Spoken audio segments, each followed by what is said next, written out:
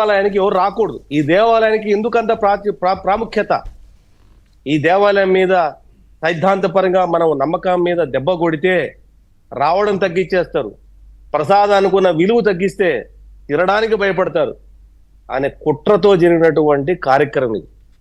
ఈరోజు భూమన కరుణాకర్ రెడ్డి అనే ఒక నాస్తికుడు తిరుపతి పట్టణానికి పట్టిన దరిద్రం, ఆ వ్యక్తి పోయి తిరుమలలో 7 కొండల వాడి సాక్షిగానే ప్రమాణం చేస్తాను, పురుగులు పడి చచ్చిపోతారు, రక్తం కక్కుని చచ్చిపోతారని ప్రమాణం చేసావు కదా, నువ్వు రక్తం కక్కుని చావడం జరిగి తీరుతుంది, నువ్వు చావాల్సిందే భగవంతుడి శాపానికి. ఈ పాడు కార్యక్రమంలో ఎవరెవరైతే ఉన్నారో పార్టిసిపేట్ చేశారో ఆయన శాపం అందరికీ ఫలించి జరగబోవాలని చెప్పి భగవంతుడిని కోరుకుంటున్నాను మనసారా.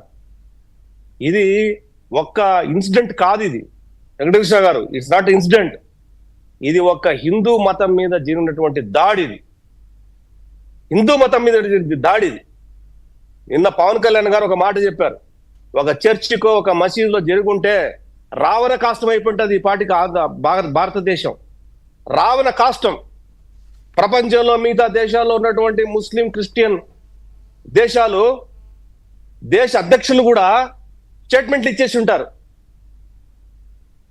కానీ మన దేశంలో హిందువులుగా పుట్టి హిందువులుగా పెరిగి హిందువుగా ఆ మతాన్ని ఆచరించేటటువంటి కొంతమంది వెధవులు, ఆ వెధవులు చెప్పే మాట ఏంటంటే సాంఘికమైనటువంటి జీవితం అంట.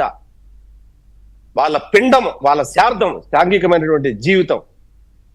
అరే మన పూర్వీకులు పూర్వీకులు పూర్వీకులు పూర్వీకులు వాళ్ళు నమ్మిన సిద్ధాంతాన్ని నేను ఈరోజు వచ్చి అది తప్పు అంటే మీ అమ్మని, మీ నాయన్ను, మీ తాతను, మీ ముత్తాతను, వాళ్ళ నాయన్ను, వాళ్ళని అందరూ అవమానించేట్రా బాబు.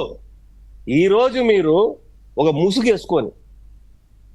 ముసుగేసుకొని సోషలిజం అనే ముసుగేసుకొని, అందరూ కాదు అందరూ తప్పులు పట్టట్ల, మేధావులు అనే ముసుగేసుకొని ఫిలిం యాక్టర్స్ కొంతమంది లడ్డు మీద ఇంత చర్చ అని చెప్పి ట్వీట్లు చేసే వాళ్ళని దేనితో కొట్టాలండి? వీళ్ళందరినీ కూడా దేనితో కొట్టాలి? పందుకొవ్వుతో కొట్టాలి ఈ లంబడి కొడుకులందరినీ కూడా. దేవుడి ప్రసాదం అంటే అది మహాప్రసాదం అండి, మనం అనేది మహాప్రసాదం అండి దాని పేరు. దాంట్లో ఇటువంటి ఇంగ్రీడియంట్స్ కనపడ్డాయి అంటే మీరు శాంపుల్ ఎప్పుడు తీశారు, ఎందుకు తీశారు, ఎట్లా తీశారు, ఆ ప్రభుత్వం ఉందా, ఈ ప్రభుత్వం ఉందా, బోర్డు ఉందా లేదా, ఇది that is not the matter.